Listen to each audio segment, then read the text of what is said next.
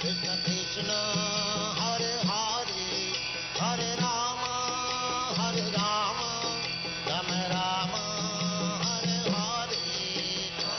And now, Chapter 32, Description of the Ras Dance.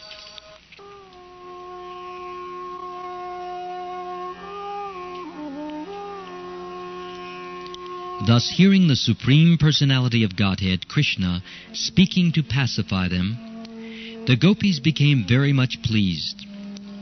And not only by hearing his words, but also by touching the hands and legs of the Supreme Personality of Godhead, they became completely relieved of the great suffering of separation. After this, the Supreme Personality of Godhead began his Ras dance.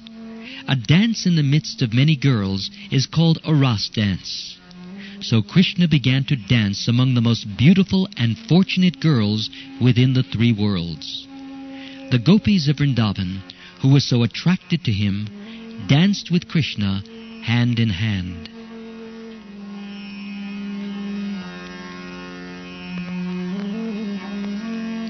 Krishna's Ras dance should never be compared to any kind of material dance, such as a ball dance or a society dance.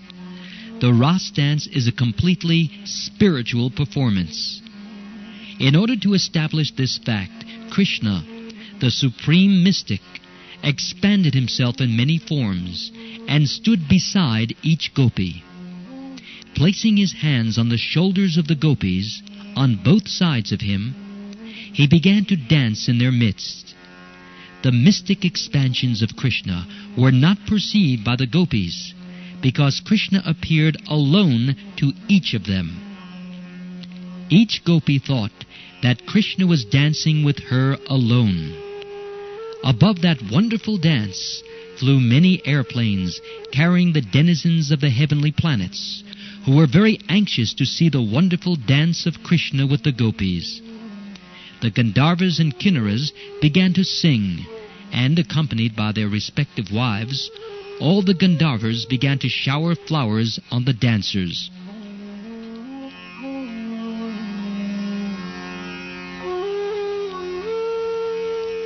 As the gopis and Krishna danced together, a very blissful musical sound was produced from the tinkling of their bells, ornaments, and bangles.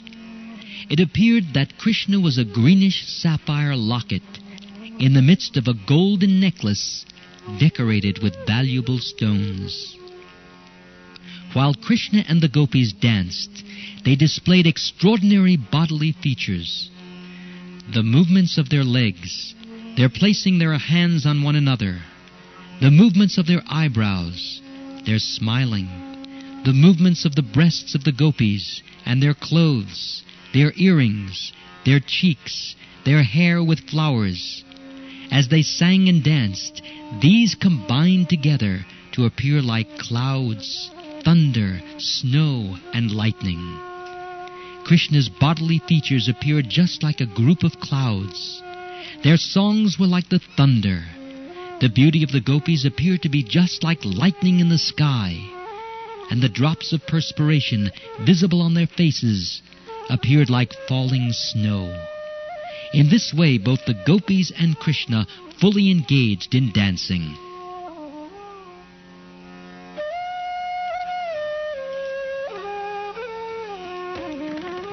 The necks of the gopis became tinted with red due to their desire to enjoy Krishna more and more. To satisfy them, Krishna began to clap his hands in time with their singing. Actually, the whole world is full of Krishna's singing, but it is appreciated in different ways by different kinds of living entities. This is confirmed in the Bhagavad Gita. Ye yata mam prapadyante.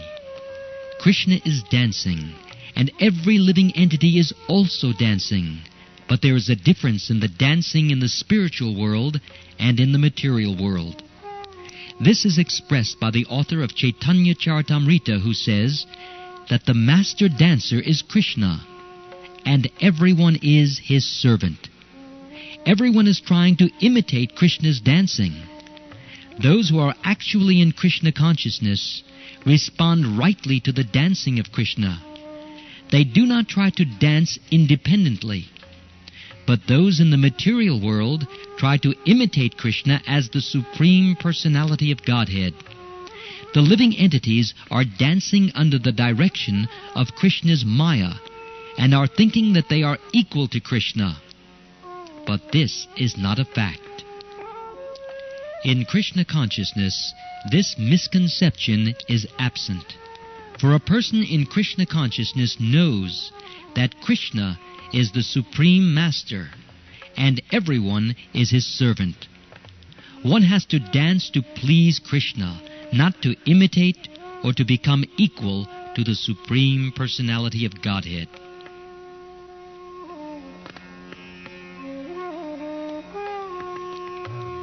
The gopis wanted to please Krishna, and therefore, as Krishna sang, they responded and encouraged him by saying, "Well done, well done." Sometimes they presented beautiful music for his pleasure, and he responded by praising their singing.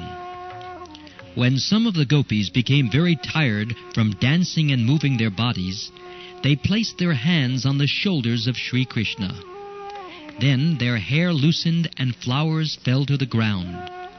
When they placed their hands on Krishna's shoulder, they became overwhelmed by the fragrance of his body, which emanated from the lotus, other aromatic flowers, and the pulp of sandalwood.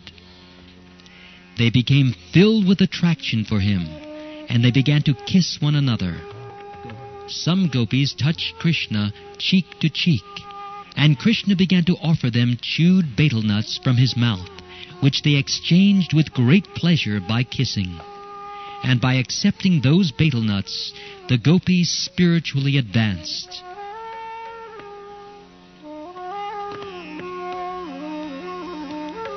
The gopis became tired after long singing and dancing.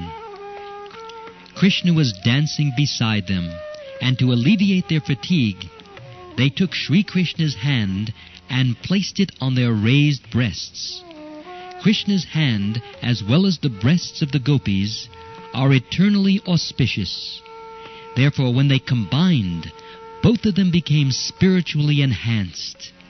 The gopis so enjoyed the company of Krishna, the husband of the goddess of fortune, that they forgot that they had any other husbands in the world, and upon being embraced by the arms of Krishna and dancing and singing with him, they forgot everything. The Srimad Bhagavatam thus describes the beauty of the gopis while they were Ras dancing with Krishna. There were lotus flowers over both their ears, and their faces were decorated with sandalwood pulp. They wore tilak, and there were drops of sweat on their smiling mouths. From their feet came the tinkling sound of ankle bells, as well as bangles. The flowers within their hair were falling to the lotus feet of Krishna, and he was very satisfied.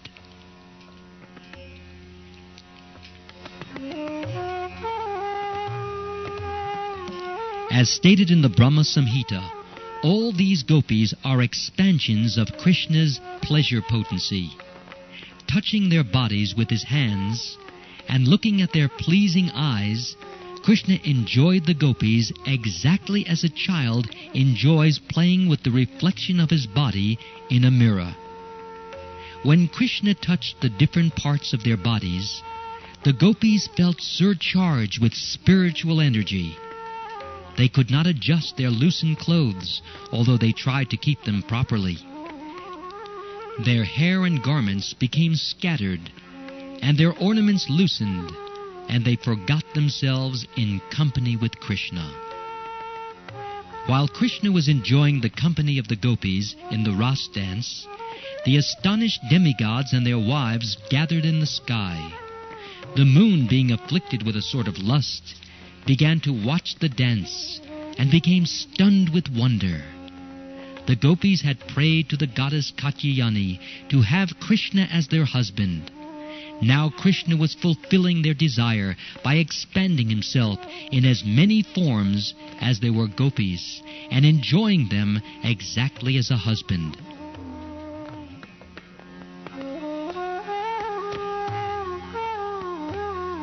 Srila Shukdev Goswami has remarked that Krishna is self-sufficient. He is Atmaram. He doesn't need anyone else for his satisfaction. Because the gopis wanted Krishna as their husband, he fulfilled their desire. When Krishna saw that the gopis were tired from dancing with him, he immediately began to smear his hands over their faces so that their fatigue would be relieved. In order to reciprocate the kind hospitality of Krishna, the gopis began to look at him lovingly. They were overjoyed by the auspicious touch of the hand of Krishna. Their smiling cheeks shone with beauty, and they began to sing the glories of Krishna with transcendental pleasure. As pure devotees, the more the gopis enjoyed Krishna's company, the more they became enlightened with his glories, and thus they reciprocated with him. They wanted to satisfy Krishna by glorifying his transcendental pastimes. Krishna is the Supreme Personality of Godhead, the Master of all masters, and the gopis wanted to worship him for his unusual exhibition of mercy upon them.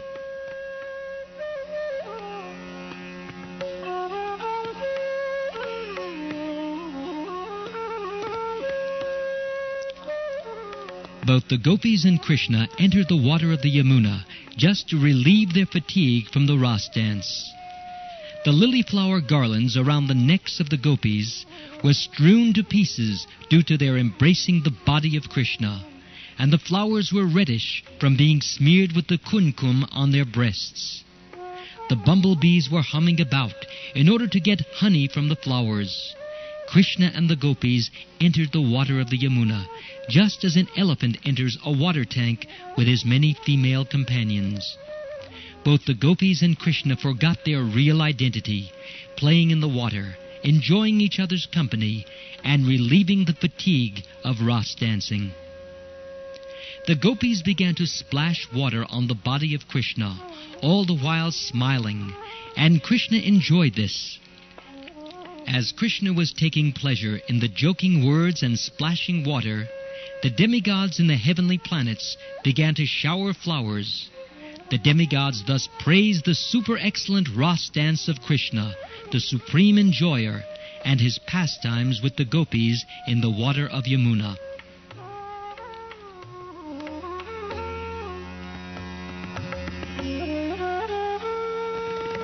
After this, Lord Krishna and the gopis came out of the water and began to stroll along the bank of the Yamuna, where a nice breeze was blowing, carrying the aroma of different kinds of flowers over the water and land. While strolling on the bank of the Yamuna, Krishna recited various kinds of poetry. He thus enjoyed the company of the gopis in the soothing moonlight of autumn. Sex desire is especially excited in the autumn season. But the wonderful thing about Krishna's association with the gopis is that there was no question of sex desire. It was, as clearly stated in the Bhagavat description by Shukdev Goswami, Avarudha Saurata, namely, the sex impulse was completely controlled. There is a distinction between Lord Krishna's dancing with the gopis and the ordinary dancing of living entities within the material world. In order to clear up further misconceptions about the Ras dance and the affairs of Krishna and the gopis, Maharaj Parikshit, the hero of Srimad Bhagavatam, told Shukdev Goswami, Krishna appeared on the earth to establish the regulative principles of religion and to curb the predominance of irreligion. But the behavior of Krishna and the gopis might encourage irreligious principles in the material world. I am simply surprised that he would act in such a way, enjoying the company of others' wives in the dead of night.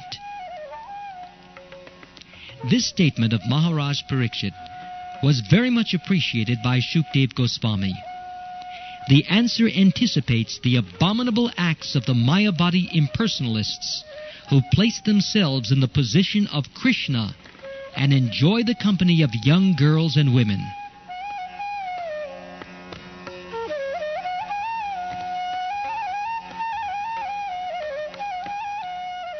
the basic Vedic injunctions never allow a person to enjoy sex with any woman except one's own wife. Krishna's appreciation of the gopis appeared to be distinctly in violation of these rules. Maharaj Parikshit understood the total situation from Shukdev Goswami, yet, to further clear the transcendental nature of Krishna and the gopis in Ras dance, he expressed his surprise. This is very important in order to check the unrestricted association with women by the Prakrita Sahajya. In his statement, Maharaj Parikshit has used several important words which require clarification.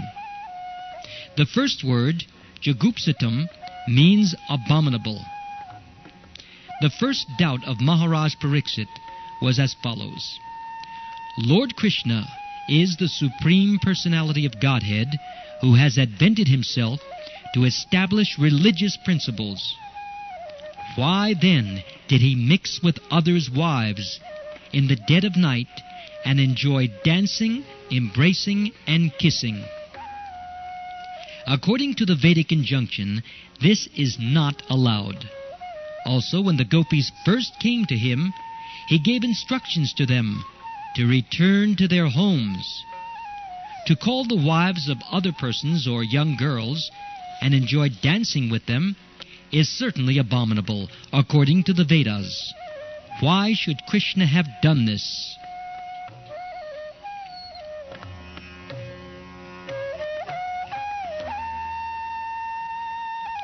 Another word used here is aptakama. Some may take it for granted that Krishna was very lusty among young girls, but Parikshit Maharaj said that this was not possible. He could not be lusty. First of all, from the material calculation, he was only 8 years old. At that age, a boy cannot be lusty. Aptakama means that the Supreme Personality of Godhead is self-satisfied. Even if he were lusty, he doesn't need to take help from others to satisfy his lusty desires.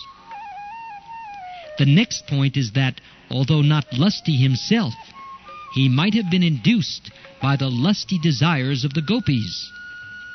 But Maharaj Parikshit then used another word, Yadupati, which indicates that Krishna is the most exalted personality in the dynasty of the Yadus.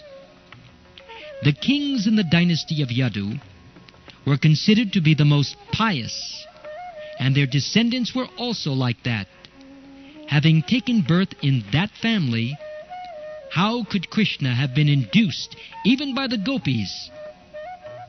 It is concluded, therefore, that it was not possible for Krishna to do anything abominable.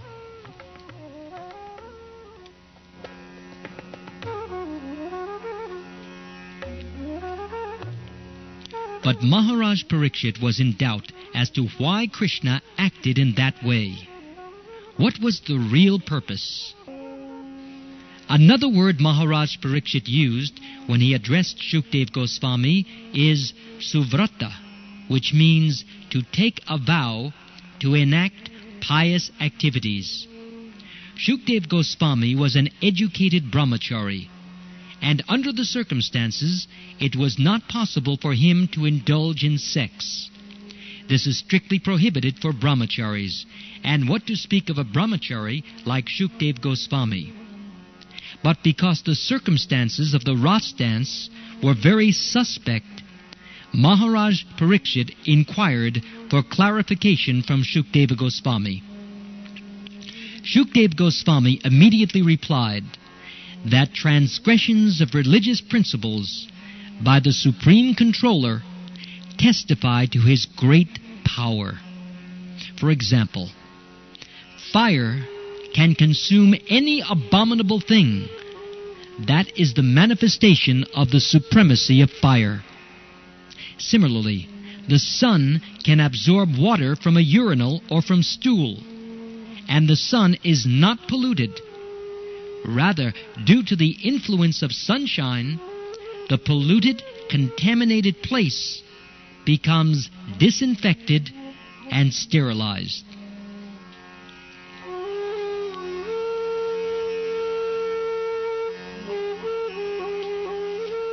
One may also argue that since Krishna is the supreme authority, his activities should be followed. In answer to this question, Shukdev Goswami has very clearly said that Ishvaranam, or the Supreme Controller, may sometimes violate his instructions. But this is only possible for the controller himself, not for the followers. Unusual and uncommon activities by the controller can never be imitated. Shukdev Goswami warned that the conditioned followers, who are not actually in control, should never imagine imitating the uncommon activities of the controller. A Mayavadi philosopher may falsely claim to be God or Krishna, but he cannot actually act like Krishna. He can persuade his followers to falsely imitate Ras dance, but he is unable to lift Govardhan Hill. We have many experiences in the past of Mayavadi rascals deluding their followers by posing themselves as Krishna in order to enjoy Ras Leela. In many instances, they were checked by the government, arrested and punished. In Orissa, Thakur Bhakti Vinod also punished a so-called incarnation of Vishnu, who was imitating Ras Leela with young girls. There were many complaints against him. At that time, Bhakti Vinod was magistrate, and the government deputed him to deal with that rascal, and he punished him very severely.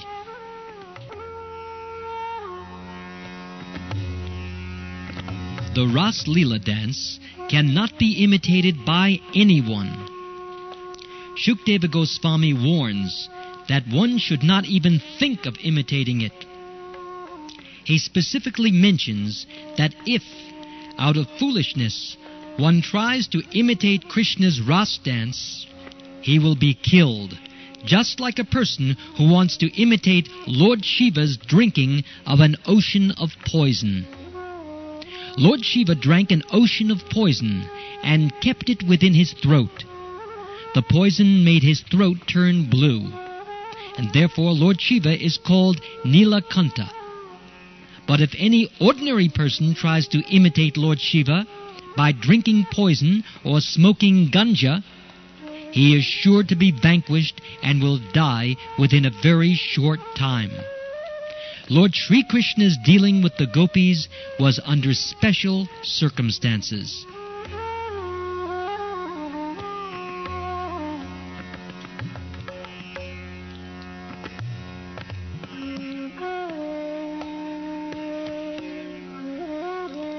Most of the gopis in their previous lives were great sages, expert in the studies of the Vedas. And when Lord Krishna appeared as Lord Ramachandra, they wanted to enjoy with him. Lord Ramachandra gave them the benediction that their desires would be fulfilled when he would appear as Krishna. Therefore, the desire of the gopis to enjoy the appearance of Lord Krishna was long cherished. So they approached Goddess Katyayani to have Krishna as their husband. There are many circumstances also which testify to the supreme authority of Krishna and show that he is not bound to the rules and regulations of the material world. In special cases, he acts as he likes to favor his devotees. This is only possible for him because he is the supreme controller. People in general should follow the instructions of Lord Krishna as given in the Bhagavad Gita and should not even imagine imitating Lord Krishna in the Ras dance.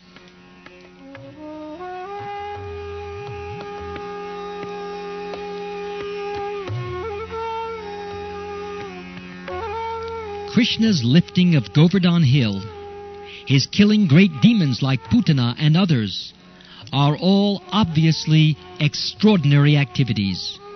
Similarly, the Ras dance is also an uncommon activity and cannot be imitated by any ordinary man. An ordinary person engaged in his occupational duty like Arjuna should execute his duty for the satisfaction of Krishna. That is within his power. Arjuna was a fighter, and Krishna wanted him to fight for his satisfaction. Arjuna agreed, although at first he was not willing to fight. Duties are required for ordinary persons. They should not jump up and try to imitate Krishna and indulge in Ras Leela, and thus bring about their ruin. One should know with certainty that Krishna had no personal interest in whatever he did for the benediction of the gopis.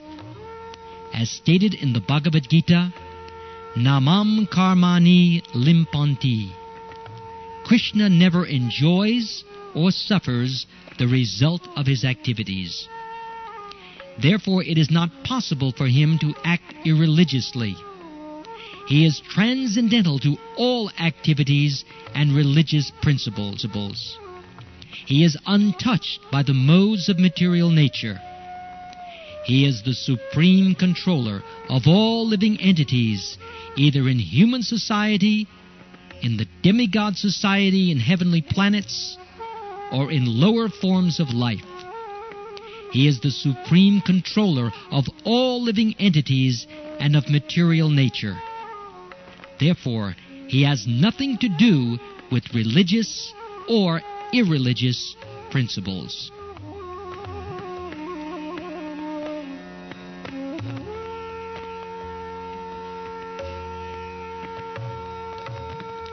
Shukdev Goswami further concludes that the great sages and devotees who are washed clean of all conditional life can move freely even within the contamination of material nature by keeping Krishna, the Supreme Personality of Godhead, within their hearts. In this way, they also do not become subject to the laws of pleasure and pain in the modes of material nature. How then is it possible for Krishna, who appears in his own internal potency, to be subjected to the laws of karma? In the Bhagavad Gita, the Lord clearly says that whenever he appears, he does so by his internal potency. He is not forced to accept a body by the laws of karma like an ordinary living entity. Every other living entity is forced to accept a certain type of body by his previous actions. But when Krishna appears, he always appears in a body that is not forced upon him by the action of his past deeds. His body is a vehicle for his transcendental pleasure, which is enacted by his internal potency. He has no obligation to the laws of karma. The Mayavadi monist must accept a certain type of body, being forced by the laws of nature. Therefore, his claim to being one with Krishna or God is only theoretical. Such persons who claim to be equal with Krishna and indulge in Ras Leela create a dangerous situation for the people in general. Krishna, the Supreme Personality of Godhead, was already present as Supersoul within the bodies of the gopis and their husbands. He is the guide of all living entities, as is confirmed in the Katha Upanishad. Nityo Nityanam Chaitanash Chaitanam. The Supersoul directs the individual soul to act, and the Supersoul is the actor and witness of all action.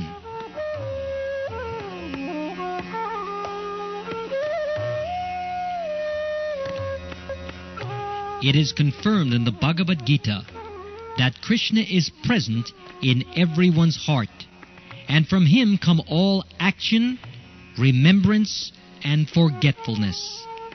He is the original person to be known by Vedic knowledge. He is the author of Vedanta philosophy, and he knows the Vedanta philosophy perfectly well. The so-called Vedantists and Mayavadis cannot understand Krishna as he is. They simply mislead followers by imitating the actions of Krishna in an unauthorized way. Krishna, the super soul of everyone, is already within the body of everyone. Therefore, if he sees someone or embraces someone, there is no question of impropriety.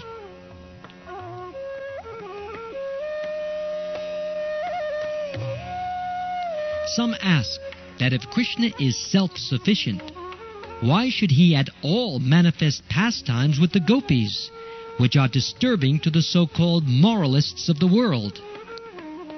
The answer is that such activities show special mercy to the fallen conditioned souls.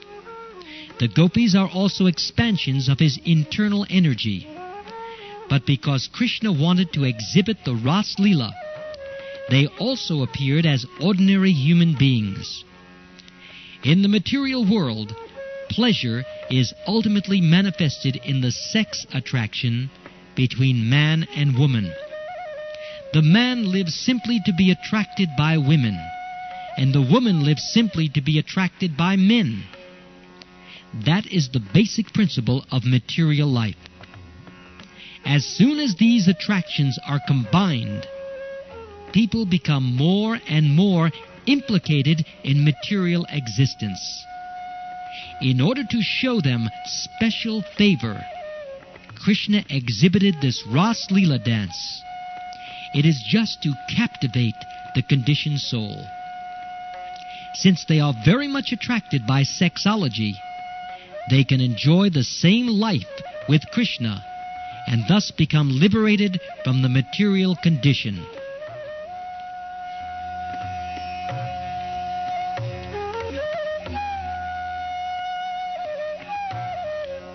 In the second canto of Srimad Bhagavatam, Maharaj Parikshit also explains that the pastimes and activities of Lord Krishna are medicine for the conditioned souls. If they simply hear about Krishna, they become relieved of the material disease. They are addicted to material enjoyment and are accustomed to reading sex literature. But by hearing these transcendental pastimes of Krishna with the gopis, they will be relieved of material contamination. How should they hear, and from whom, is also explained by Shukdev Goswami. The difficulty is that the whole world is full of Mayavadis, and when they become professional reciters of Srimad Bhagavatam, and when people, without knowing the effect of the Mayavad philosophy, hear from such persons, they become confused. Discussion of Ras Leela among people in general is not recommended because they are affected by the Mayavad philosophy. But if one who is advanced explains, and the people hear from him, certainly the hearers will be gradually elevated to the position of Krishna consciousness and liberated from materially contaminated life.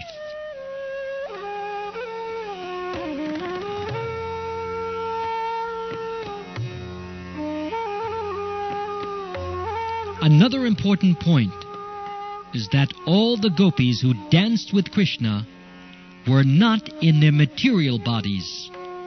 They danced with Krishna in their spiritual bodies. All their husbands thought that their wives were sleeping by their sides. The so-called husbands of the gopis were already enamored by the influence of the external energy of Krishna. So, by dint of this very energy, they could not understand that their wives had gone to dance with Krishna.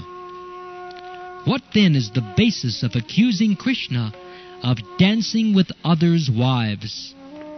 The bodies of the gopis, which were their husbands, were lying in bed, but the spiritual parts and parcels of Krishna were dancing with him. Krishna is the Supreme Person, the whole Spirit, and he danced with the spiritual bodies of the gopis. There is therefore no reason to accuse Krishna in any way.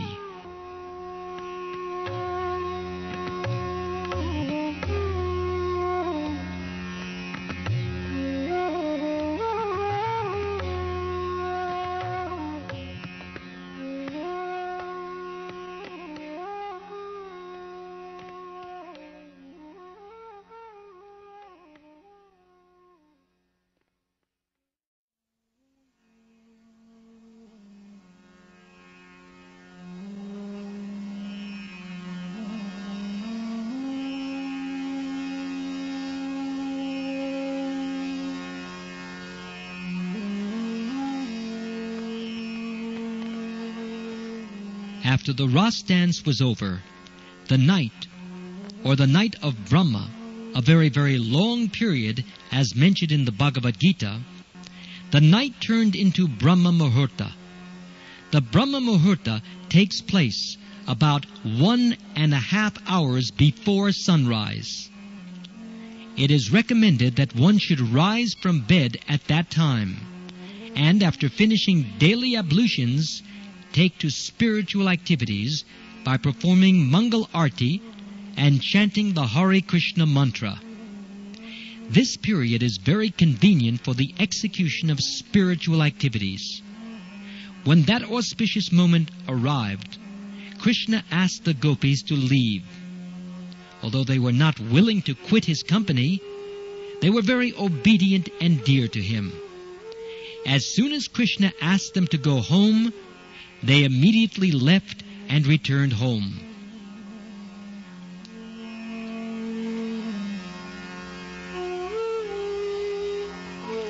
Shukdev Goswami concludes this episode of Ras Leela by pointing out that if a person hears from the right source of the pastimes of Krishna, who is Vishnu himself, and the gopis, who are expansions of his energy, then he will be relieved of the most dangerous type of disease, namely lust.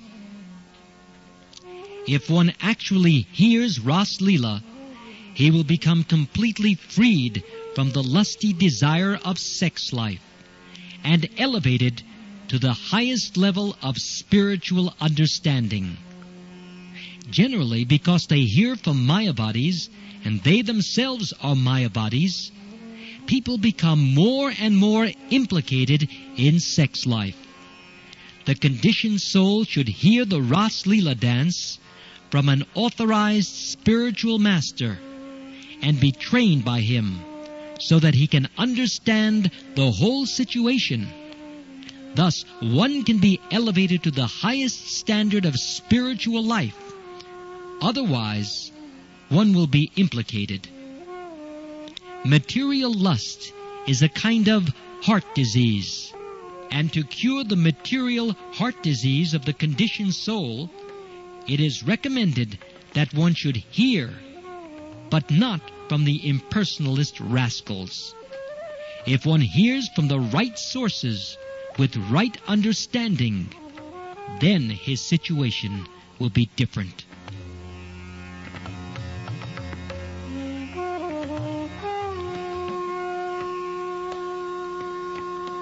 Shukdev Goswami has used the word Shraddhanvita for one who is trained in the spiritual life. Shraddha, or faith, is the beginning. One who has developed his faith in Krishna as the Supreme Personality of Godhead, the Supreme Spirit Soul, can both describe and hear. Shukdeva also uses the word Anushranuyat. One must hear from disciplic succession. Anu means following, and Anu means always. So, one must always follow the disciplic succession and not hear from any stray professional reciter Mayavadi, or ordinary man. Anushranuyat means that one must hear from an authorized person who is in the disciplic succession and is always engaged in Krishna consciousness. When a person wants to hear in this way, then the effect will be sure. By hearing Ras Leela, one will be elevated to the highest position of spiritual life.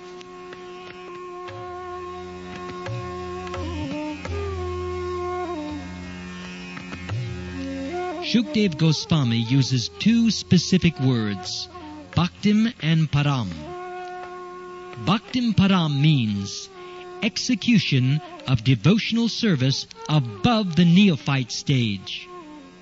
Those who are simply attracted to temple worship but do not know the philosophy of bhakti are in the neophyte stage. That sort of bhakti is not the perfectional stage. The perfectional stage of bhakti, or devotional service, is completely free from material contamination. The most dangerous aspect of contamination is lust or sex life. Bhaktim Param, devotional service, is so potent that the more one advances in this line, the more he loses his attraction for material life. One who is actually deriving benefit from hearing the Ras Leela dance surely achieves the transcendental position. He surely loses all traces of lust in his heart.